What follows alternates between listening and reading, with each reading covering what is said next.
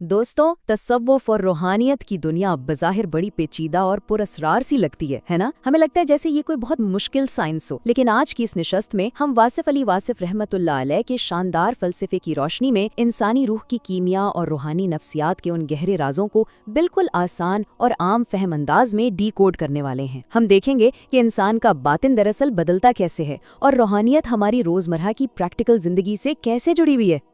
اچھا، ذرا ایک بات سوچئے، کیا کوئی سچا روحانی تعلق واقعی وقت کی صدیوں اور ہزاروں میل کے طویل فاصلوں کو مات دے سکتا ہے؟ مطلب کیا سچ میں دل سے نکلی ہوئی کوئی خالص پکار کسی ایسی ہستی تک پہنچ سکتی ہے جو ہم سے کوسوں دور ہو یا شاید صدیوں پہلے اس دنیا سے گزر چکی ہو؟ یہ وہ سوال ہے جو روحانیت کی حقیقت جاننے والے ہر متلاشی کے ذہن میں ضرور آتا ہے۔ چلیں اس کی گہرائی میں چلتے ہیں۔ تو شروعات کرتے ہیں اپنے پہلے حصے سے، روحانی فاصلے اور قلبی توجہ، یعنی spiritual distances and hearts attention. دیکھیں، فاصلے عام طور پر دو طرح کے ہوتے ہیں۔ ایک تو وہ جو میلوں اور برے اعظموں پر محیط ہوتا ہے، یعنی جغرافیائی فاصلہ، اور دوسرا ہوتا ہے وقت کا فاصلہ، یعنی تاریخی فاصلہ کہ کتنی صدیاں گزر گئیں۔ اب واصف صاحب کیا بتاتے ہیں؟ وہ کہتے ہیں کہ جب دل سے ایک سچی خالص پکار نکلتی ہے نا، تو وہ ایک ایسا طاقتور روحانی کنیکشن بناتی ہے جو ان دونوں فاصلوں کو بڑی آسانی سے عبور کر لیتی ہیں، چاہے وہ ہستی دنیا کے کسی بھی کونے میں ہو یا تاریخ کے اوراق میں صدیوں پہلے جا چکی ہو۔ اگر پکار میں سچا خلوص ہے تو روحانی فیض اور توجہ کا جواب ضرور ملتا ہے۔ حیرت انگیز ہے نا؟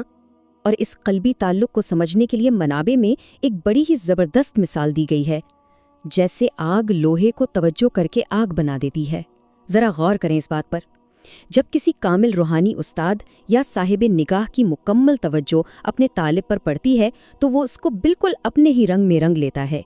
لوہے کو آگ میں ڈال دیں تو جب تک وہ آگ میں ہے وہ بالکل آگ جیسا ہی برتاؤ کرتا ہے۔ یہ ہے سچی روحانی توجہ کی اصلی طاقت۔ آگے بڑھتے ہیں اپنے دوسرے حصے کی طرف، علم اور عمل کا تضاد۔ اب یہاں ایک بڑا دلچسپ اور اکثر پریشان کرنے والا سوال پیدا ہوتا ہے۔ ہم اکثر دیکھتے ہیں کہ لوگ بڑی بڑی کتابیں پڑھ لیتے ہیں، علم کا پہاڑ ہوتے ہیں، مگر باطن وہیں کا وہیں رہتا ہے۔ ایسا کیوں؟ اصل میں واصف صاحب کے نزدیک وہ علم جس کے ساتھ عمل شامل نہ ہو وہ روشنی نہیں بلکہ حجاب اکبر ہے، یعنی سب سے بڑا پردہ۔ وہ علم جو صرف زبانی باتوں تک محدود رہے اور آپ کے عمل سے ظاہر نہ ہو، وہ حقیقت میں آپ کو منزل کے قریب نہیں بلکہ اس سے مزید دور کر دیتا ہے۔ اس پوائنٹ کو مزید واضح کرنے کے لیے جو مثال انہوں نے دی ہے وہ تھوڑی سخت ضرور ہے مگر بالکل دل پر لگتی ہے۔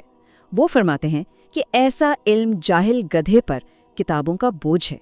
بالکل سیدھی سی بات ہے، اگر ایک گدھے کی پیٹھ پر دنیا بھر کی علم والی کتابیں لاد دی جائیں تو کیا وہ عالم بن جائے گا؟ بالکل نہیں، کیونکہ وہ ان کتابوں پر عمل نہیں کر سکتا۔ بالکل یہی حال ان لوگوں کا ہے جو صرف حقائق کو جمع کر لیتے ہیں مگر عملی زندگی میں ان کی روحانی مشق صفر ہوتی ہے۔ تو بھائی، اس مسئلے کا، اس تضاد کا حتمی علاج کیا ہے؟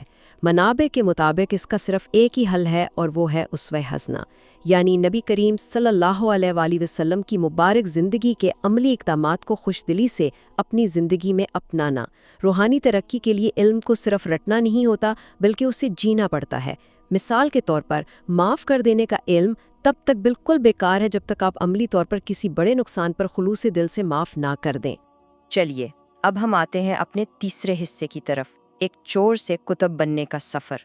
منابع میں ایک بڑا ہی کمال کا واقعہ ملتا ہے۔ ایک پکا چور رات کے اندھیرے میں ایک بہت بڑے بزرگ کے گھر چوری کرنے گھسا، لیکن کمال دیکھیں، جب وہ وہاں سے نکلا تو وہ چور نہیں تھا بلکہ ایک قطب، یعنی بہت بڑا روحانی پیشوا بن چکا تھا۔ اب آپ سوچیں گے کہ یہ کیسے ممکن ہوا؟ تو اس بڑی تبدیلی کے پیچھے 3 خاص شرائط تھیں۔ پہلا قدم، اس شخص کے اندر اس روحانی مرتبے کو سہارنے کی ایک پوشیدہ استعداد یعنی ہڈن کیپیسٹی تھی۔ دوسرا، اس کے اندر ایک آخری درجے کی عاجزی چھپی تھی۔ اور تیسرا اور سب سے اہم، مرشد کی نگاہ، جس نے یہ فیصلہ کر لیا کہ جو اس در پر چل کر آ گیا ہے وہ اب خالی ہاتھ واپس نہیں جائے گا۔ اور یہ واقعہ اس بات کی شاندار وضاحت کرتا ہے کہ کسی بھی سچی روحانی بلندی کو پانے سے پہلے انسان کو کتنا جھکنا پڑتا ہے۔ وہ شخص جو چور بن کر آیا تھا، اس نے خود کو انتہائی حقیر مانتے ہوئے کہا کہ میرا اپنا غرور کچھ نہیں، میں تو بس ایک ادنا سا وابستہ شخص ہوں۔ یہ وہ انکساری اور عاجزی ہے جو کسی بھی انسان کے باطن کی کایا پلٹنے کے لیے بالکل لازمی ہے۔ اب چلتے ہیں حصہ نمبر 4 پر، روحانی ظرف اور باطنی استعداد۔ اب آپ سب کے ذہن میں یہ سوال آ سکتا ہے کہ اگر روحانی توجہ میں اتنی طاقت ہے تو پھر ہر شخص راتوں رات چور سے قطب کیوں نہیں بن جاتا؟ اس کا جواب چھپا ہے ہمارے باطن کے پیالے میں، جسے ہم روحانی ظرف کہتے ہیں۔ اگر کسی انسان کو اس کی استطاعت سے بڑھ کر کوئی روحانی مقام مل جائے تو وہ اس کے لیے رحمت نہیں عذاب بن جاتا ہے۔ ایک طرف دیکھیں، جو اعلیٰ ظرف انسان ہوتا ہے، مرتبہ ملنے پر اس کی عاجزی اور انکساری میں مزید اضافہ ہوتا ہے، مگر دوسری طرف کم ظرف انسان کو جب تھوڑا سا بھی رتبہ مل جائے تو وہ فوراً مغرور ہو جاتا ہے۔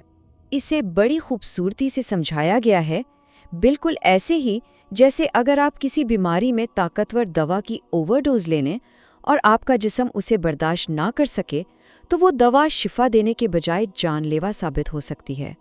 بینا اسی طرح روحانی طاقت اور توجہ اگر بہت زیادہ ہو اور سامنے والے کے باطن کا برتن چھوٹا اور کچا ہو تو وہ برتن پھٹ سکتا ہے۔ ایک چھوٹی استعداد والا شخص اتنے بڑے مرتبے کا بوجھ سہار ہی نہیں پاتا۔ تو پھر سچے ظرف کی نشانی کیا ہوئی؟ واصف صاحب فرماتے ہیں کہ پھلدار درخت ہمیشہ جھک جاتے ہیں۔ جیسے جیسے درخت پر پھل آتا ہے، اس میں وزن اور کمال بڑھتا ہے تو وہ قدرتی طور پر زمین کی طرف جھکتا چلا جاتا ہے۔ یہی حال انسان کا ہے۔ جس انسان کی روحانی استعداد میں وہ سطاتی ہے، وہ ہمیشہ عاجزی کے ساتھ زمین سے جڑ جاتا ہے۔ اور اب ہم آتے ہیں اپنے آخری اور 5ویں حصے پر، استقامت، دور حاضر کی کرامت، یعنی آج کے وقت کا معجزہ۔ تو مدعا یہ ہے کہ ان تمام گہرے تصورات کو ہم آج کے اس جدید اور تیز رفتار دور میں اپلائی کیسے کریں؟ دیکھیں، آج کے دور میں بڑی بڑی کرامتوں کی تلاش چھوڑیے، سب سے بڑی روحانی کامیابی اپنے قدموں پر جمے رہنا ہے، یعنی استقامت۔ ولایت ان چند روزمرہ کے اصولوں پر ٹکی ہے۔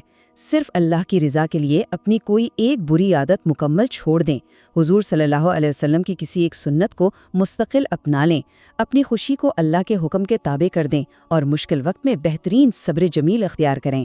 بس یہی اصل کمال ہے۔ پتہ ہے، منابع میں ایک بزرگ کا بڑا زبردست واقعہ بیان کیا گیا ہے۔ ایک بندے نے ان سے آ کے شکایت کی، میں اتنے عرصے سے آپ کے پاس کرامت دیکھنے بیٹھا ہوں مگر مجھے کچھ نظر نہیں آیا۔ بزرگ نے مسکرا کر پوچھا، کیا تم نے اس عرصے میں میرا کوئی بھی عمل شریعت اور روحانی قانون کے خلاف دیکھا ہے؟ اس نے کہا نہیں۔ تو بزرگ نے مسکرا کر فرمایا، یہی میری سب سے بڑی کرامت ہے، یعنی مسلسل روحانی قانون کی پابندی پر قائم رہنا ہی دراصل سب سے بڑا معجزہ ہے۔ دوستو، اس پوری گفتگو کو اگر ہم سمیٹیں تو ہم دیکھتے ہیں کہ ایک طرف علم ہے اور دوسری طرف شوق۔ واصف صاحب بتاتے ہیں کہ شوق یعنی اللہ سے محبت کی سچی تڑپ ہمیشہ علم سے پہلے آتی ہے۔ جب رب راضی ہوتا ہے تو پہلے اپنے متلاشی کو شوق عطا کرتا ہے۔ یہ شوق ایک چنگاری ہے جس کی حفاظت کرنا سب سے زیادہ ضروری ہے، کیونکہ مستقل علم دراصل اسی چنگاری کے اندر ہی چھپا ہوتا ہے۔ ہم آج کی اس معلوماتی اور خوبصورت نشست کے اختتام پر پہنچ گئے ہیں۔ اب جاتے جاتے ذرا اپنے آپ سے ایک سوال ضرور کیجیے گا، آج ہمارے پاس ایسا کون سا بہترین علم موجود ہے جو دماغ میں تو بیٹھا ہے لیکن اب تک ایکشن یعنی عمل کا روپ دھارنے کا انتظار کر رہا ہے؟ اس ایک علم کو آج ہی اپنی عملی زندگی کا حصہ بنائیں۔ باطنی حکمت کو اب بیرونی حقیقت میں بدلنے کا وقت آ گیا ہے۔ تصور کریں رات کا پچھلا پہر ہے، ہر طرف ایک گہرا سناٹا چھایا ہوا ہے اور ایک شخص نہایت خاموشی سے دبے قدموں ایک گھر کی اونچی دیوار پھاندتا ہے۔ مطلب کوئی راہ چلتا عام انسان نہیں ہے وہ؟ بالکل، وہ پیشے کے لحاظ سے ایک ماہر اور منجھاوا چور ہے، اور اس کے ذہن میں مقصد بالکل واضح ہے بھائی کہ اس گھر میں نقب لگانی ہے، مال سمیٹنا ہے اور فرار ہو جانا ہے۔ صحیح، ایک عام سی چوری کا سین لگ رہا ہے۔ ہاں نا، لیکن یہاں ایک ایسا موڑ آتا ہے جو کسی بھی انسان کی عقل کو بالکل چکرا دے۔ وہ شخص جب اس گھر سے باہر قدم رکھتا ہے تو وہ چور نہیں رہتا، وہ روحانیت کے ایک انتہائی بلند مرتبے پر فائز ہو چکا ہوتا ہے، جسے مطلب صوفیہ کی زبان میں قطب کہا جاتا ہے۔ واہ، مطلب جرم کی نیت سے اندر گیا اور واپسی پر روحانیت کا ایک ستون بن کے نکل آیا۔ بالکل، تو آج کی اس نشست میں ہم اسی حیرت انگیز واقعے پر بات کریں گے، اور ہماری آج کی اس گہری گفتگو یا ڈیپ ڈائیو کا جو سورس ہے وہ واصف علی واصف کی مشہور کتاب گفتگو 1 کا 6واں باب ہے۔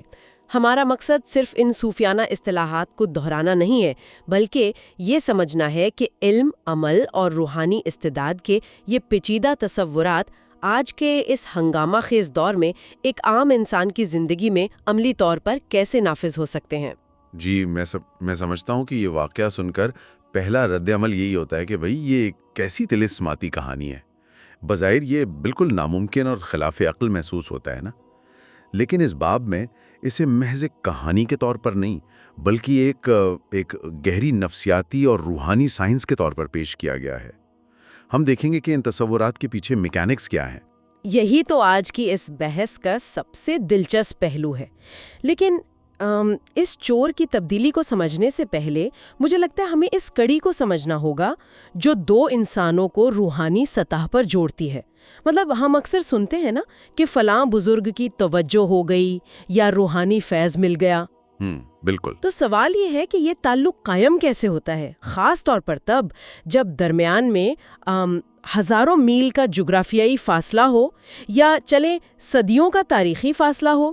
ایک ہستی آج سے 500 سال پہلے گزر چکی ہے تو آج کا انسان اس سے کیسے جڑ سکتا ہے؟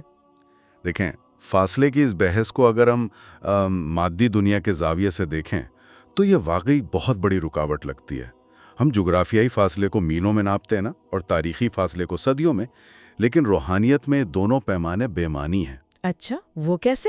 یعنی روحانیت میں قربت یا دوری کا تعلق جسموں کے فاصلے یا وقت کی لکیر سے ہے ہی نہیں، اس کا تعلق شعور اور دل کی کیفیت سے ہے۔ جب کوئی انسان کسی ہستی کو سچے خلوص کے ساتھ یاد کرتا ہے تو وہ دراصل زمان و مکان کی قید سے آزاد ہو کر اسی لمحے میں اس ہستی کے روبرو ہو جاتا ہے۔ اگر میں اسے آج کی زبان میں سمجھنے کی کوشش کروں تو یہ کچھ ایسا ہے جیسے ہم ایک پوشیدہ وائی فائی نیٹ ورک کی بات کر رہے ہیں۔ ہاں، بالکل زبردست مثال ہے یہ۔ مطلب آپ دنیا کے کسی بھی کونے میں بیٹھے ہوں، اگر آپ کے پاس صحیح پاس ورڈ ہے تو آپ فوراً اس نیٹ ورک سے کنیکٹ ہو جاتے ہیں، اور یہاں وہ پاس ورڈ خلوص ہے۔ لیکن کتاب میں ایک بڑی حیران کن بات لکھی ہے۔ ہم تو یہ سمجھتے ہیں نا کہ میں نے پکارا، یعنی ابتدا میں نے کی، لیکن وہاں لکھا ہے کہ پکارنے کی توفیق بھی وہیں سے آ رہی ہوتی ہے۔ یہ تھوڑا کنفیوزنگ ہے۔ یہ انسانی نفسیات کا بڑا نازک پہلو ہے۔ دراصل جب ہم کسی کو شدت سے یاد کرتے ہیں تو ہمیں لگتا ہے کہ یہ ہماری اپنی طلب ہے، لیکن روحانیت کا اصول یہ ہے کہ جو ہستی آپ کو یاد آ رہی ہے در حقیقت اس نے پہلے آپ پر نگاہ ڈالی ہے، تبھی آپ کے دل میں وہ یاد پیدا ہوئی ہے۔ اچھا، یعنی سگنل پہلے وہاں سے آیا ہے۔ بالکل۔ اسے آگ اور لوہے کی ایک کلاسک مثال سے سمجھایا گیا ہے۔ لوہا جب تک آگ سے دور ہے وہ بالکل ٹھنڈا اور سخت ہے نا، لیکن جب آگ اپنی حدت یعنی اپنی توجہ لوہے پر ڈالتی ہے تو وہ لوہا دھیرے دھیرے آگ کی خصوصیات اپنانے لگتا ہے، وہ سرخ ہو جاتا ہے۔ صحیح، اس میں تپش آ جاتی ہے۔ جی، تو روحانی تعلق بھی ون وے نہیں ہوتا۔ جس ہستی کو آپ یاد کر رہے ہیں وہ ایکٹیو ہے، وہ اسی وقت ضرورت کے مطابق جواب دے رہی ہوتی ہے۔ آپ کی پکار دراصل… کیا بات ہے! ایک منٹ، اس کا مطلب یہ ہوا کہ اگر خلوص ہے تو رابطہ جڑ گیا، لیکن فرض کریں رابطہ جڑ گیا تو کیا صرف اتنا کافی ہے؟ کیونکہ ذرائع میں آگے چل کر علم اور عمل کا تضاد کا مسئلہ جنم لیتا ہے۔ ایک بہت خطرناک چیز کا ذکر ہے جسے حجاب اکبر کہا گیا ہے۔ ہاں، یہی وہ مقام ہے جہاں ہم جیسے اکثر لوگ الجھ جاتے ہیں۔ ہم سمجھتے ہیں کہ محض جان لینا، علم حاصل کر لینا ہی سب کچھ ہے، لیکن حقیقت میں اگر آپ کے علم کا گواہ آپ کا عمل نہ بنے تو وہ علم بصیرت دینے کے بجائے حجاب اکبر یعنی سب سے بڑا پردہ بن جاتا ہے۔ مطلب وہ علم آپ اور حقیقت کے درمیان دیوار بن جاتا ہے۔ بالکل، انسان کو گمان ہو جاتا ہے کہ وہ حقائق جانتا ہے، حالانکہ وہ صرف الفاظ جانتا ہے۔ کتاب میں تو ایسے علم کو اس گدھے سے تشبیہ دی گئی ہے جس پر کتابوں کا بھاری بوجھ لدا ہو۔ اوہ، یہ تو بہت سخت بات ہے۔ اور یہ آج کے دور کا سب سے بڑا المیہ بھی تو یہی ہے نا۔ ہم سارا دن معلومات کے سمندر میں ڈبکیاں لگاتے ہیں۔ لیپ ٹاپ میں 50 کتابوں کے PDF محفوظ ہیں جو کبھی کھولے تک نہیں۔ ہاں، اور اس سے ہوتا کیا ہے؟ اس سے انسان میں عجیب سی خود فریبی اور تکبر آ جاتا ہے۔ وہ دوسروں کو حقارت سے دیکھنے لگتا ہے۔ اس کو توڑنے کے لیے اسوہ حسنہ یعنی حضور پاک صلی اللہ علیہ وسلم کی سیرت سے بہترین رہنمائی ملتی ہے۔ کس طرح؟ مطلب وہاں یہ اصول ہے کہ حکم دینے سے پہلے عمل کر کے دکھایا گیا۔ جیسے دشمنوں کو معاف کرنے کا علم تب تک سمجھ نہیں آ سکتا جب تک فتح مکہ کے موقع پر عملاً معاف کر کے نہ دکھایا جائے۔ عمل ہی علم کی سچی تجربہ گاہ ہے۔ صحیح، لیکن میں یہاں تھوڑا سا ایک پریکٹیکل سوال اٹھانا چاہ رہی ہوں۔ آج کا انسان جس کی اتنی مصروف اور پیچیدہ زندگی ہے، معلومات کا طوفان ہے اس کے پاس، تو کیا ہر علم پر عمل کرنا اسے تھکا نہیں دے گا؟ مطلب کیا یہ عام انسان کے لیے ناممکن نہیں ہے؟ یہ بہت جائز سوال ہے، اور مزے کی بات یہ ہے کہ اس کا حل بڑا آسان دیا گیا ہے۔ دین اور ولایت یہ تقاضا نہیں کرتے ہیں کہ آپ راتوں رات فرشتے بن جائیں یا تمام علم پر ایک ساتھ عمل کریں۔ اچھا، تو پھر کیا فارمولا ہے؟ فارمولا بس یہ ہے کہ اپنی پسند کو چھوڑ کر اللہ کی رضا کے لیے اپنی زندگی میں صرف کوئی ایک نیکی مستقل شامل کر لیں، یا پھر کسی ایک برائی کو ہمیشہ کے لیے ترک کر دیں۔ بس اتنا سا؟ یعنی ایک چھوٹی سی نیکی پوری زندگی بدل سکتی ہے؟ جی، کیونکہ جب آپ خوشی سے ارادی طور پر ایک عمل چنتے ہیں تو وہ قطرے کی طرح پتھر میں سوراخ کر دیتا ہے۔ یہ ایک چھوٹا سا عمل پوری زندگی کو درویشی کے سانچے میں ڈھالنے کے لیے کافی ہے۔ چلیں فرض کریں میں نے وہ ایک نیکی پکڑ لی۔ اب انسان کو تو فوری نتائج چاہیے ہوتے ہیں نا، اسے لگتا ہے کہ بس اب میں ہواؤں میں اڑنے لگوں۔ لیکن یہاں استعداد اور ظرف کا تصور سامنے آتا ہے، جو کہ بڑی سخت تنبیہ ہے۔ بالکل بھائی، اگر انسان میں استعداد نہ ہو تو بڑا مرتبہ انعام نہیں، ایک کڑی سزا بن جاتا ہے، جس سے جان اور ایمان دونوں خطرے میں پڑ جاتے ہیں۔ یہ تو ویسے ہی ہے جیسے فرض کریں کسی چھوٹی سی کمزور سی سائیکل میں ایک طاقتور جیٹ انجن فٹ کر دیا جائے۔ واہ، کیا مثال دی ہے! بالکل یہی ہوگا۔